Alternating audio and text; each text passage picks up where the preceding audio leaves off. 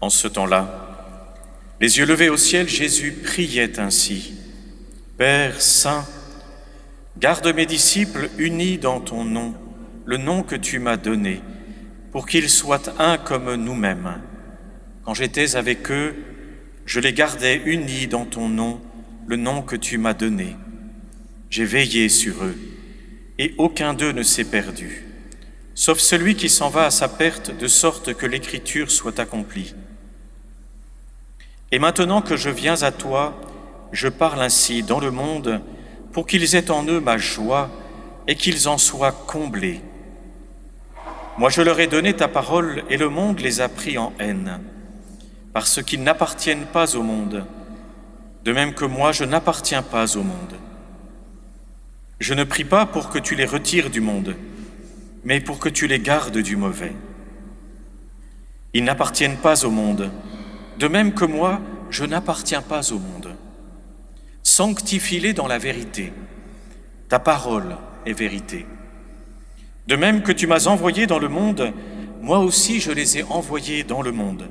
Et pour eux, je me sanctifie moi-même, afin qu'ils soient eux aussi sanctifiés dans la vérité. Acclamons la parole de Dieu. Louange à toi, Seigneur Jésus. Alléluia, Alléluia, Alléluia, Alléluia, Alléluia, Alléluia, Alléluia, Alléluia.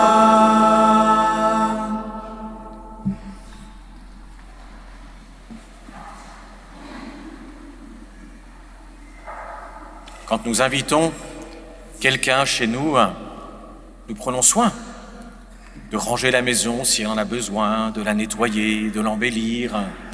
Qui de nous inviterait même un voisin pour un apéritif dans un petit coin de jardin si le jardin était rempli de ronces, si le jardin était rempli de mauvaises herbes?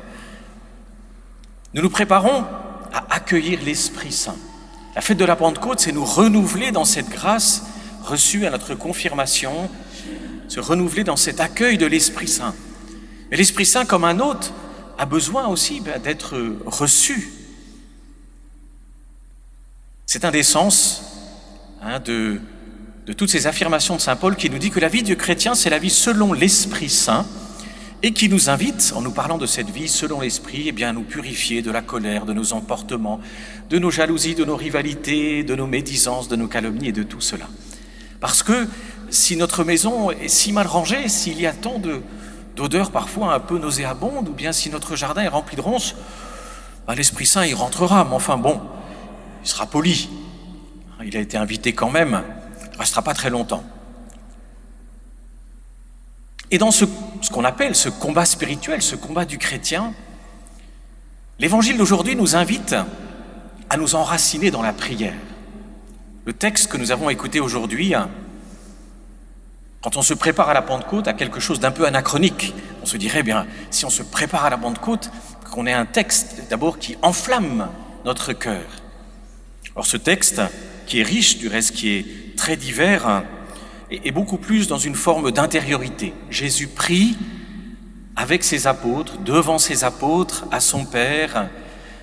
Et cet évangile se situe dans ce qu'on appelle les discours d'adieu, après la Sainte Seine et avant l'arrestation du Christ à Gethsémani.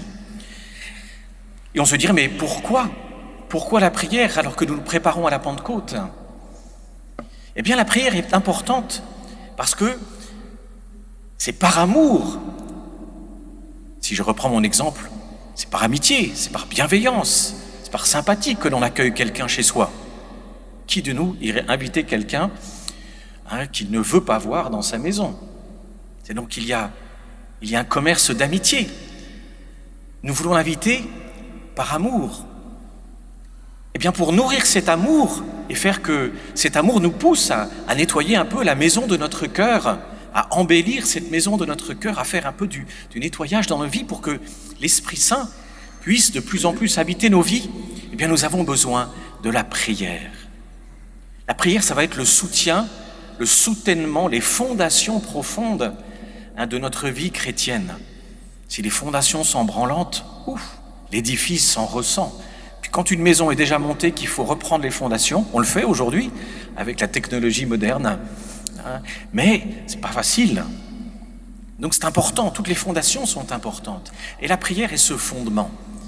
Qu'est-ce que c'est que la prière? Thérèse d'Avila, une femme qui a vécu au XVIe siècle, est pour l'Église le grand docteur de la prière. Elle nous enseigne ce mystère de la prière. Et que nous dit-elle? Thérèse d'Avila nous dit: la prière est un commerce d'amitié. Un commerce d'amitié avec celui dont nous nous savons aimer. Il y a un commerce d'amitié que l'on pratique souvent et intimement. Le mot commerce peut-être nous parle facilement. Quand on a un commerce, on sait qu'il faut avoir des relations, beaucoup de relations, il faut les entretenir, c'est très important. C'est même essentiel, c'est fondamental. On garde le contact, on entretient, on fait des propositions. Dans l'amitié, c'est un autre genre de relation, et pourtant aussi. L'amitié aussi s'entretient. La relation, c'est une relation qu'il faut nourrir, qu'il faut reprendre. On sait que c'est une relation dans laquelle il peut y avoir des hauts, des bas, des heurts, des difficultés. Donc c'est une relation aussi que l'on travaille.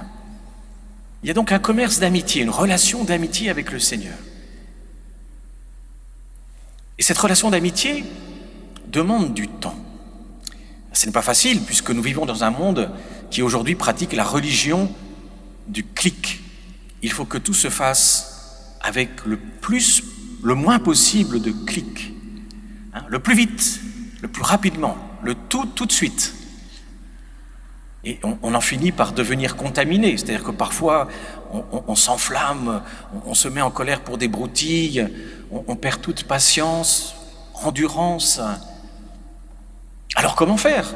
Aller dans la prière et puis se mettre dans un endroit où on va être de surcroît en silence. J'aimerais évoquer avec vous un passage que nous connaissons bien, tiré d'un des livres d'Antoine de Saint-Exupéry, encore plus connu, Le Petit Prince. Vous vous souvenez que dans le livre, il y a ce dialogue qui commence entre le Petit Prince et le renard.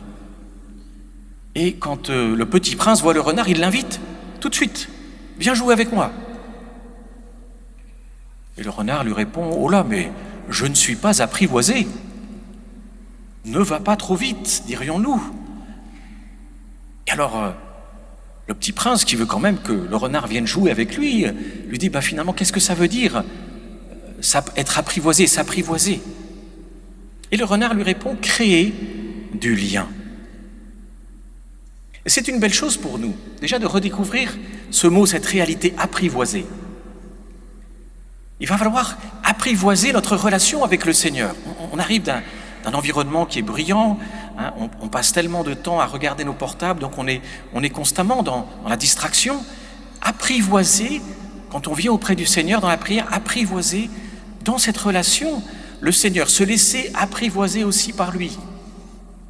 Apprivoiser, on le voit quand il s'agit de le faire, vous voyez, pour un enfant.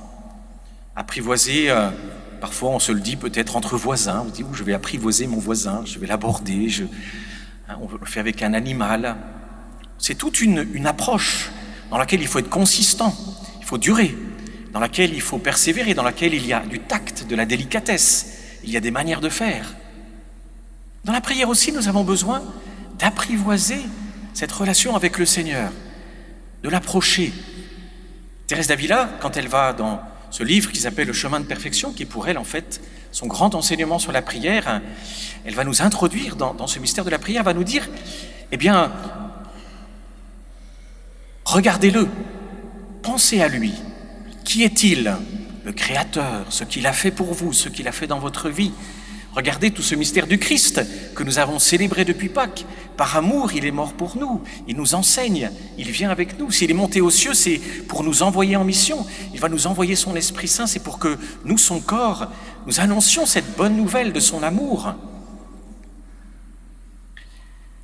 Et donc, on prend du temps, on va utiliser notre intelligence dans la prière, pour penser à lui, pour lui donner de la considération, et pour accueillir l'amour qu'il nous porte. Il faut, dans la prière, accepter d'apprivoiser et d'être apprivoisé, de donner du temps et de faire attention, de dominer, comme quand on doit apprivoiser un animal. Il faut y aller tout doucement et puis il faut prendre sur soi. Il faut aller lentement. Ceux qui doivent prendre des photos d'animaux sauvages le savent.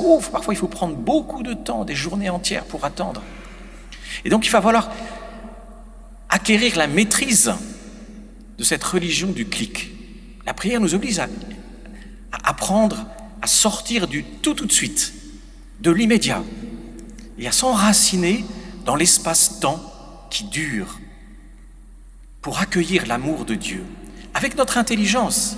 Il ne s'agit pas de rester sans rien faire, sinon de toute façon l'imagination va nous emmener partout ailleurs, et donc de penser au Seigneur, qui il est, ce qu'il est pour nous, ce qu'il a pu être dans notre vie, rendre grâce, dire merci.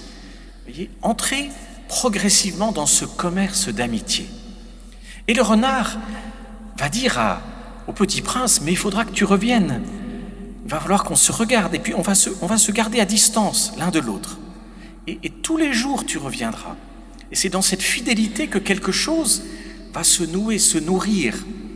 Ainsi en est-il pour nous de ce mystère de la prière. Ce mystère de la prière, nous avons besoin non seulement d'apprivoiser, mais d'être réguliers.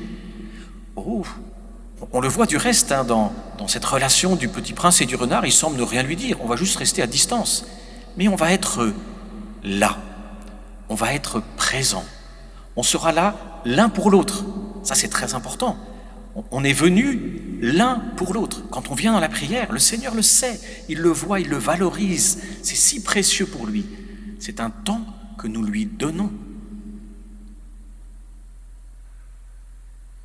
Et c'est ainsi que le renard apprend au petit prince l'intimité, à créer une intimité. Il en est de même dans la prière. Mais c'est si important pour nous d'apprendre à prier. Et Thérèse d'Avila, en femme qu'elle est, bien pratique, a eu cette bonté de résumer en 2 choses le chemin de la prière.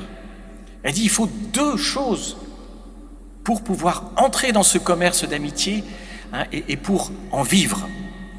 Elle dit, il faut un grand désir d'aimer Dieu et son prochain. Donc la pierre angulaire, c'est l'amour, ce grand désir d'aimer Dieu et son prochain. Et le deuxième, qui est aussi important que le premier, c'est la persévérance. Quelle sagesse!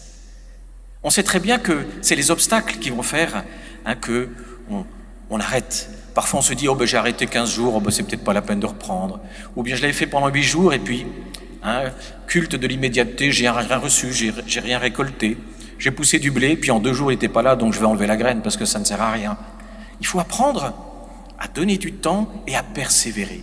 Persévérer malgré les difficultés, malgré la sécheresse. Notre temps n'est jamais perdu.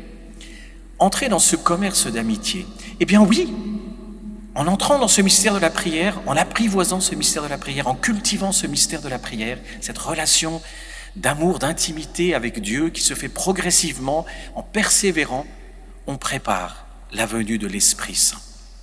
Parce que la prière est ce lieu dans lequel on va se ressourcer sans cesse dans nos combats. Mais oui, parce que si on s'emporte trop facilement, si on est trop facilement médisant, si on est toujours dispersé à droite à gauche, le bon Dieu vient, il a été invité. Et puis quand il ouvre la porte, ça s'engueule tellement à l'intérieur, il y a tellement de choses qui se passent, il dit je reviendrai plus tard. C'est peut-être pas le bon moment. Je me suis peut-être trompé de jour en fait. J'étais invité, mais j'ai dû me tromper dans mon agenda. Donc c'est si important pour nous. La prière, c'est le lieu dans lequel on va revenir sans cesse pour enraciner en nous, eh bien oui, cet effort de nous convertir de nos travers, de nos défauts, d'apprendre à travailler notre tempérament pour l'ajuster à l'Évangile et pour que ce mystère de l'amour, que certes nous voulons vivre, puisse, grâce à l'Esprit Saint qui verra nos efforts et qui nous donnera des grâces pour nous insuffler un désir plus grand de le suivre et de continuer dans nos efforts, nous permettent ainsi de vivre et de partager cet amour. Aussi aujourd'hui, Nous venons ensemble au cours de cette messe, de cette célébration, pour louer le Seigneur, nous venons pour l'adorer et nous allons le recevoir dans la communion en quelques instants. Moment tellement important aussi pour nourrir la prière, dans ce cœur à cœur dans lequel nous pouvons déposer notre âme, déposer nos soucis, le recevoir. Et dans ce moment, après la communion, qui est un moment de prière, dans lequel il peut être bon, par exemple, de fermer les yeux, ou bien, si l'on chante, eh bien de bien penser à ce que l'on chante, d'intérioriser ces paroles pour nourrir cette relation, ou bien si on a besoin de garder les yeux ouverts, parce qu'on sent qu'à l'intérieur, il y a tellement de choses qui se passent, eh bien, on peut regarder l'autel, on peut regarder la croix, on peut regarder le cierge pascal, on peut regarder une icône, pour rester, vous voyez, dans cette prière, pour nourrir cette prière. Demandons au Seigneur cette grâce, les uns pour les autres. Demandons ensemble cette grâce d'affermir toujours plus notre vie de prière, de savoir la cultiver malgré les difficultés, pour accueillir le don de l'Esprit Saint. Amen.